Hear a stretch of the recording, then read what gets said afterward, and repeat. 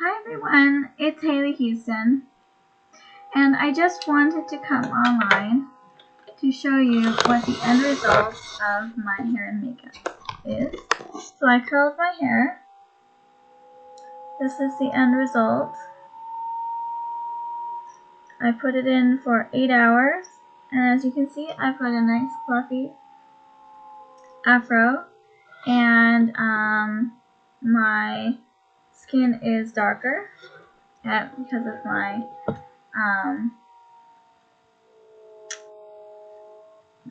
lotion tan, and I got my makeup on.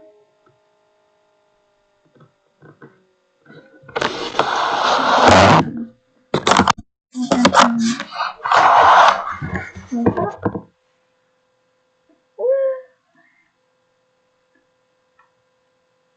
Do I do it justice? So yeah, this is what my look, how I get my look, and yeah, I hope that you all like it and that you aren't racist against me for my look.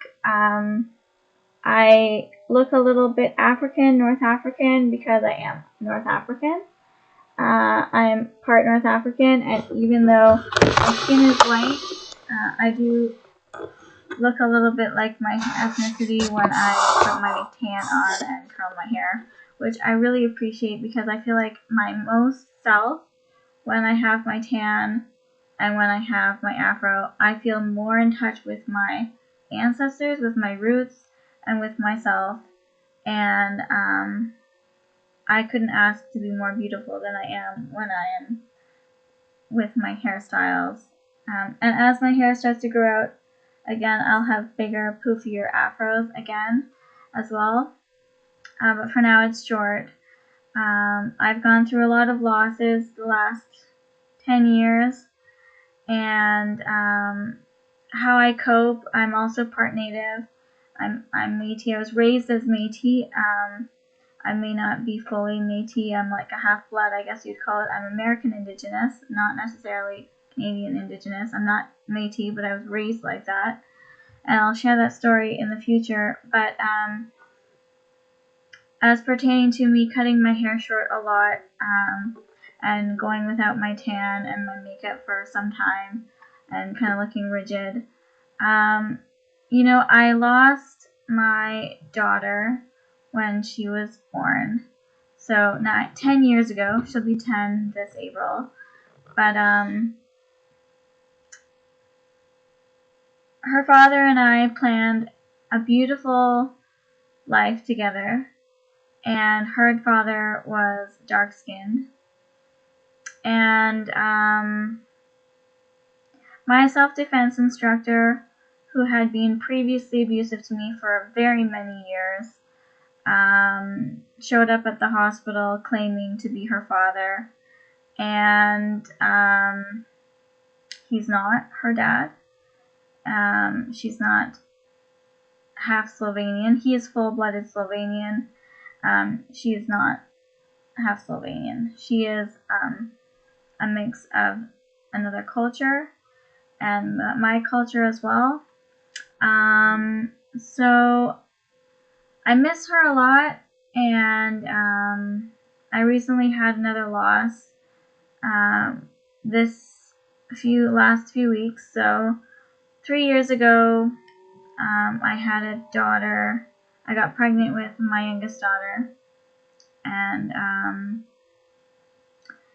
she was taken and put for adoption by Children's Aid. That's another long story that I'll go into another time as well. But my 10-year-old, who is turning 10 this year, she was abducted at birth. My 2-year-old, she was taken by Children's Aid when she was 3 months old, but they opened the file when she was 3 days old. And Children's Aid opened the file on my now 10-year-old when she was about 5 months old. So,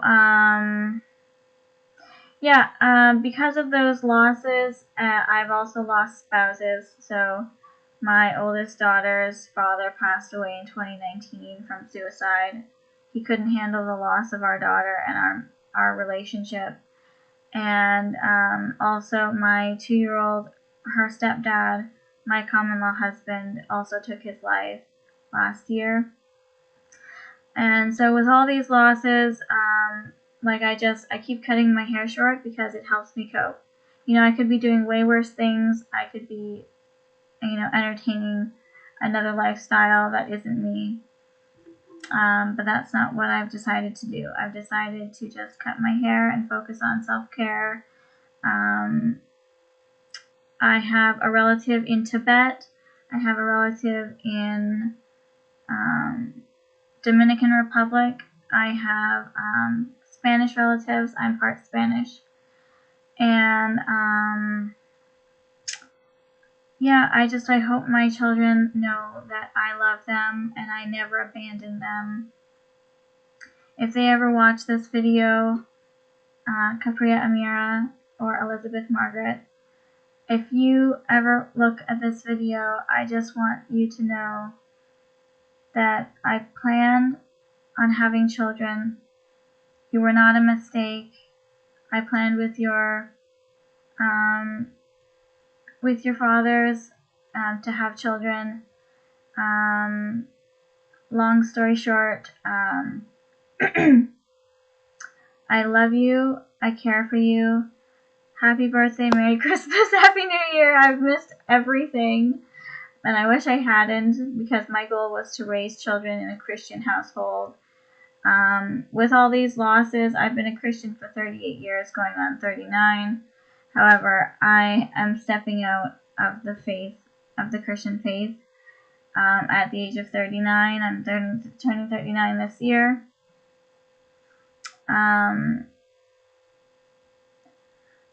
I just don't believe I can handle emotionally or grasp that there is a God when all this turmoil has happened in my life, and God has not saved my family from all this trauma, and I can't get past it. So in the interim, while I am taking a break from my Christian faith, I am diving deep into my Tibetan faith and my Buddhist practices of meditation, which help me to relax and ease my mind and eases my suffering.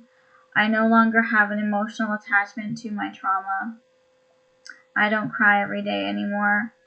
And this just happened like a week ago.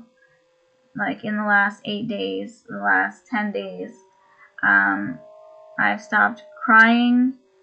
I still feel teary-eyed. I still feel the well of tears, but I don't cry anymore. I get a little agitated, but I don't get angry about my trauma anymore.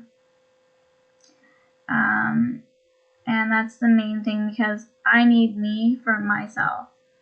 I don't come first for anyone else, and I've learned that in my life, that I've never been a priority to anyone in my life. And the only person that can make me a priority is myself. So I'm making myself a priority in 2026, and I'm focusing on me. I hope you enjoy my self-love journals. They are for you to explore and to relate to, and if you feel called to make your own journals, I encourage you to make your own journals. This kind of experience is the most rewarding because I've been doing self-care for well over 13 years, maybe 14 years or more. And I've been in the mental health system for 14 years. So, and I've always kept it private, and I've never gone public with my emotions, my feelings, or my traumas, or what I've been through, for fear of rejection, fear of retribution, fear of being attacked by those who have committed the trauma against me as a person on this earth. So, Amira, my princess, I love you. Elizabeth, my second princess, I love you. Chanel, you're always a daughter to me. You are always welcome. And you always have a special place in my heart. Yeah, so I love you all. Thank you for being here with me and for taking in my self-love. And I wish you all the best. Lots of love to you. Love, Haley. XO.